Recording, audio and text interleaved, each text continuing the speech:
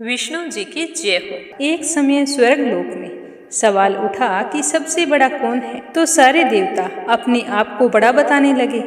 तो 9 ग्रहों में वाद विवाद शुरू हो गया। विवाद इतना बढ़ गया कि आपस में युद्ध की स्थिति बन गई। फिर सभी ने मिलकर फैसला किया कि अपने देवराज इंद्र के पास जाते हैं और उनसे पूछते हैं कि हम में से बड़ा कौन है। तो 9 ग्रहों के मन में यह बात जंच गई और वह देवराज इंद्र के पास पहुंच गए। वहां जाकर प्रणाम करके बोले कि हे देवराज, आपको हमारा फैसला करना है। तो देवराज इंद्र बोले कि ऐसी क्या बात हो गई है जो आज मुझे फैसला करना होगा।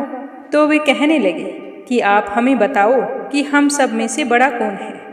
तो देवताओं का प्रश्न सुनकर देवराज इंद्र तो उलझन में पड़ गए। सोचने लगे कि किसको बड़ा बताऊं और किसे छोटा बताऊं। तो इंद्र कहने लगे कि मैं इस प्रश्न का उत्तर देने में असमर्थ हूँ।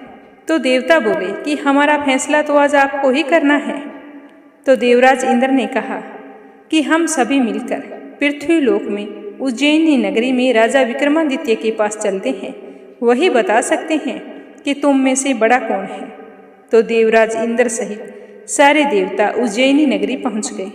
जैसे ही महल में पहुंचे तो विक्रमादित्य ने उनका खूब आदर सत्कार किया और पूछा कि आज आपका आना कैसे हुआ। तो सारे देवताओं ने कहा कि हम एक सवाल लेकर आपके पास आए हैं। आज आपको बताना है कि हम सब में से बड़ा कौन है। तो देवताओं की बात सुनकर राजा विक्रमादित्य भी परेशान हो उठे, क्योंकि सभी देवी देवता अपनी अपनी जगह अपनी शक्तियों के कारण महान थे। किसी को छोटा या बड़ा कह देने से उनके क्रोध या प्रकोप से भयंकर हानि पहुंच सकती थी। तो राजा विक्रमादित्य सोचते सोचते उन्हें एक उपाय सूझा। तो उन्होंने विभिन्न धातुओं के सोने, चांदी, कांसा, तांबा, सीसा, रांगा, जस्ता, अभ्रक व लोहे के 9 आसन बनवा लिए। धातुओं के गुणों के अनुसार सभी आसनों को सभी के पीछे रखवाकर उनसे कहा कि अपने अपने आसन ग्रहण करो। तो जैसे ही देवता अपने अपने आसनों पर बैठे तो राजा विक्रमादित्य ने कहा कि आपका निर्णय तो स्वयं हो गया है। जो सबसे पहले सिंहासन पर विराजमान है वही सबसे बड़ा है। तो राजा विक्रमादित्य के निर्णय को सुनकर शनि देवता ने सबसे पीछे आसन पर बैठने के कारण अपने आप को छोटा जानकर क्रोधित हो गए और राजा से कहने लगे कि राजा विक्रमादित्य, तुमने मुझे पीछे बैठाकर मेरा अपमान किया है। तुम मेरी शक्तियों से परिचित नहीं हो। मैं तुम्हारा सर्वनाश कर दूंगा। मैं अपने अपमान का बदला जरूर लूंगा। यह कहते हुए शनि देव ने कहा कि सूर्य एक राशि पर 1 महीने, चंद्रमा 2.25 दिन, मंगल 1.5 महीने, बुध और शुक्र 1 महीने, बृहस्पति 13 महीने रहता है, लेकिन मैं किसी की राशि पर 7.5 वर्ष तक रहता हूँ। बड़े बड़े देवताओं को मैंने अपने प्रकोप से पीड़ित किया है।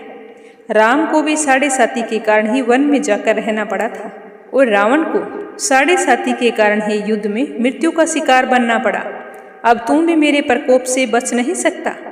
इसके बाद अन्य ग्रहों के देवता तो प्रसन्नता के साथ चले गए, परंतु शनि देव बड़े ही क्रोध के साथ वहां से चल पड़े। राजा विक्रमादित्य पहले की तरह ही न्याय करते रहे। उनके राज्य में सारे स्त्री पुरुष बड़े ही आनंद से जीवन यापन कर रहे थे।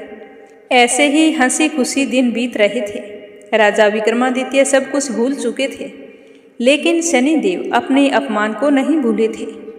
विक्रमादित्य से बदला लेने के लिए एक दिन शनि देव ने घोड़े के व्यापारी का रूप धारण किया और बहुत से घोड़ों के साथ उज्जैनी नगरी पहुंच गए। जब राजा विक्रमादित्य ने राज्य में किसी घोड़े के व्यापारी के आने का समाचार सुना तो वे अपने अश्वपाल को कुछ घोड़े खरीद लाने के लिए वहां पर भेज दिया। घोड़े बहुत कीमती थे। अश्वपाल ने वापिस आकर राजा को इसके बारे में बताया। तो राजा विक्रमादित्य ने स्वयं जाकर एक सुंदर व शक्तिशाली घोड़े को पसंद किया। घोड़े की चाल देखने के लिए राजा जैसे ही उस पर सवार हुए तो वह घोड़ा बिजली की गति से दौड़ पड़ा और तेजी से दौड़ता हुआ राजा को एक दूर घने जंगल में ले गया और घने जंगल में राजा को गिराकर घोड़ा वहां से गायब हो गया। राजा अपने नगर को लौटने के लिए जंगल में भटकने लगे, लेकिन उन्हें लौटने का कोई रास्ता नजर नहीं आ रहा था। राजा को भूख प्यास लग गई। घूमते घूमते उन्हें एक ग्वालिया मिला तो राजा ने उससे पानी मांगा। पानी पीकर राजा ने उस चरवाहे को अपनी अंगूठी दे दी। फिर उसे रास्ता पूछकर जंगल से बाहर निकलकर पास ही के नगर में पहुंच गए। नगर में पहुंचते ही सबसे पहले एक सेठ की दुकान थी। वहां पर बैठकर कुछ देर आराम किया। उस सेठ ने राजा से बातचीत की तो राजा ने उसे बताया कि मैं उज्जैनी नगरी से आया हूँ। राजा के कुछ देर दुकान पर बैठने से सेठ जी की खूब बिक्री हुई। तो सेठ जी सोचने लगा कि राजा तो बहुत भाग्यवान है। यह सोचकर वह बहुत ही खुश हुआ और राजा को अपने घर भोजन के लिए ले गया। सेठ के घर जाकर राजा जैसे ही भोजन कर रहा था तो उसी कमरे में एक सोने का हार खूंटी पर लटका हुआ था।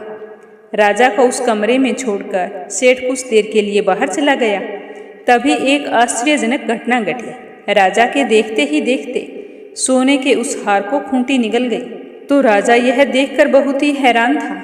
थोड़ी देर बाद में सेठ जी कमरे में लौट कर आया तो हार को गायब देखा।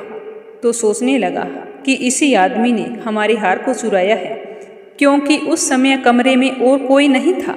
तो सेठ ने अपने नौकरों से कहा कि इस परदेसी को रस्सियों से बांधकर नगर के राजा के पास ले चलो। तो सेठ के नौकर उसे बांधकर राजा के पास ले गए। राजा ने विक्रमादित्य से हार के बारे में पूछा तो विक्रमादित्य ने कहा कि मेरे देखते ही देखते खूंटी हार निगल गई। तो ऐसी बात सुनकर राजा को गुस्सा आ गया कि बिना हुई बात करते हुए तुम्हें शर्म नहीं आती। तो इस तरह राजा ने विक्रमादित्य के हाथ पांव काटने के आदेश दे दिए। तो राजा विक्रमादित्य के हाथ पांव काटकर नगर की सड़क पर छोड़ दिया। राजा विक्रमादित्य बेचारा अपने भाग्य को कोसता हुआ वहीं पर पड़ा रहा। कुछ दिन बाद में वहां से एक तेली गुजर रहा था। तो उसने सोचा कि ये यहाँ पर यूं ही पड़ा है, अपने घर ले जाता हूँ, खाने के लिए दे दूंगा और कोलू पर बैठा दूंगा। कम से कम बैलों को तो हाँकता रहेगा, तब तक मैं दूसरा काम कर लूँगा। तो वह राजा को उठाकर अपने घर ले गया और कोल्हू पर ले जाकर बैठा दिया। अब राजा तो आवाज़ देकर बैलों को हाँकता रहता। इस तरह तेली का बेल भी चलता रहा और राजा को भोजन भी मिल जाता। ऐसे ही समय बीतता गया। फिर शनि के प्रकोप की 7.5 पूरी हुई तो वर्षा ऋतु आरंभ हो गई। एक दिन विक्रमादित्य एक रात को मेघ मल्हार गा रहा था कि तभी नगर के राजा की लड़की राजकुमारी मोहिनी रथ पर सवार होकर उस तेली के घर के पास से गुजर रही थी। तो उसने जब मेघ मल्हार सुना तो उसे बहुत ही अच्छा लगा और दासी को भेजकर गाने वाले को बुला लाने को कहा। तो दासी ने लौटकर राजकुमारी को बताया कि वह तो अपंग आदमी है। राजकुमारी तो उस पर मोहित हो गई थी। वह सब कुछ जानकर भी कहने लगी कि मुझे विवाह करना है तो उसी से करना है। तो जैसे ही यह बात राजकुमारी के माता पिता को पता चली तो वो तो हैरान हो गई। रानी ने मोहिनी को समझाया कि बेटी, तेरे भाग्य में किसी को राजा की रानी होना लिखा है, फिर तू उस अपंग से विवाह करके अपने पांव पर कुल्हाड़ी क्यों मार रही है। तो राजकुमारी ने अपनी जिद नहीं छोड़ी।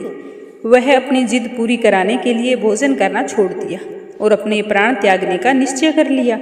तो अपनी बेटी को इतना परेशान देखकर उसके माँ बाप झुक गए और कहने लगे कि तुम भोजन कर लो, हम तुम्हारा विवाह उसी अपंग आदमी विक्रमादित्य के साथ कर देंगे। तो यह सुनकर मोहिनी बहुत ही खुश हुई।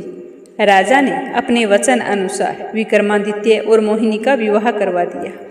विवाह के बाद राजा विक्रमादित्य और राजकुमारी तेली के घर में रहने लगे। उसी रात सपने में शनि देव ने राजा से कहा कि राजा, तुमने मेरा प्रकोप देख लिया, मैंने तुम्हें मेरे अपमान का दंड दिया है। तो राजा ने शनि देव से क्षमा करने को कहा और प्रार्थना की कि हे शनि देव, आपने जितना दुख मुझे दिया है और किसी को मत देना। तो शनि देव ने कुछ सोचकर कहा कि राजा, मैं तुम्हारी प्रार्थना स्वीकार करता हूँ। जो कोई स्त्री पुरुष मेरी पूजा करेगा, शनिवार को व्रत करके मेरी व्रत कथा सुनेगा, उस पर मेरी अनुकंपा हमेशा बनी रहेगी। तो प्रातःकाल राजा विक्रमादित्य की नींद खुली तो अपने हाथ पांव सही सलामत देखकर बहुत ही खुशी हुई और उन्होंने मन ही मन शनि देव को प्रणाम किया। तो राजकुमारी की आंख खुली तो वो देखने लगी कि राजा के हाथ पांव सही सलामत है। तो वो तो हैरान हो गई और कहने लगी कि स्वामी, यह सब कुछ कैसे हुआ? कल तक तो आपके हाथ पांव नहीं थे और ये चमत्कार कैसे हो गया? तो राजा विक्रमादित्य ने अपना परिचय देते हुए शनि देव के प्रकोप की सारी कहानी मोहिनी को कह सुनाई। जब इस बात का पता सेठ को चला तो वह तो दौड़ता हुआ तेली के घर पहुंचा और राजा के चरणों में गिरकर क्षमा मांगने लगा। राजा ने उसे क्षमा कर दिया क्योंकि यह तो शनि देव के प्रकोप के कारण हुआ था। तो सेठ राजा को अपने घर ले गया और उसे भोजन करवाने लगा। तो जैसे ही राजा भोजन करने लगा तो उसी समय वहाँ पर एक आश्चर्यजनक घटना घटी। सबके देखते ही देखते उस खूंटी ने हार उगल दिया। तो सेठ जी यह देखकर बहुत ही हैरान और आश्चर्यचकित था। तो हाथ जोड़कर कहने लगा कि राजा, मुझसे गलती हो गई, अब मैं मेरी बेटी का विवाह आपके साथ करना चाहता हूँ। तो राजा ने हाँ कर दी। तो सेठ जी ने अपनी बेटी का विवाह भी राजा विक्रमादित्य के साथ कर दिया और बहुत सारे सोने आभूषण धन आदि देकर राजा को विदा किया। फिर राजा विक्रमादित्य राजकुमारी मोहिनी और सेठ की बेटी के साथ उज्जैनी पहुँचे। तो नगरवासियों ने हर्ष से उनका स्वागत किया और राजा को वापस पाकर बहुत ही खुश हुए। अगले दिन राजा विक्रमादित्य ने पूरे राज्य में घोषणा करवाई कि शनि देव सब देवों में सर्वश्रेष्ठ है। प्रत्येक स्त्री पुरुष शनिवार को उनका व्रत करें और व्रत कथा अवश्य सुने। तो राजा विक्रमादित्य की घोषणा से शनिदेव बहुत ही प्रसन्न हुए और उस नगर के सारे लोग अपने राजा की आज्ञा अनुसार शनिदेव के व्रत और पूजा पाठ करने लगे।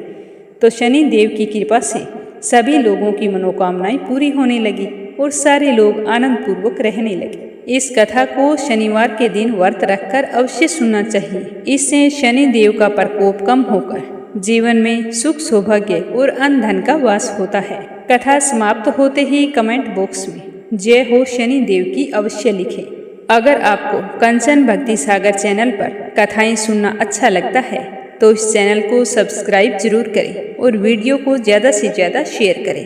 आप सभी का बहुत बहुत धन्यवाद।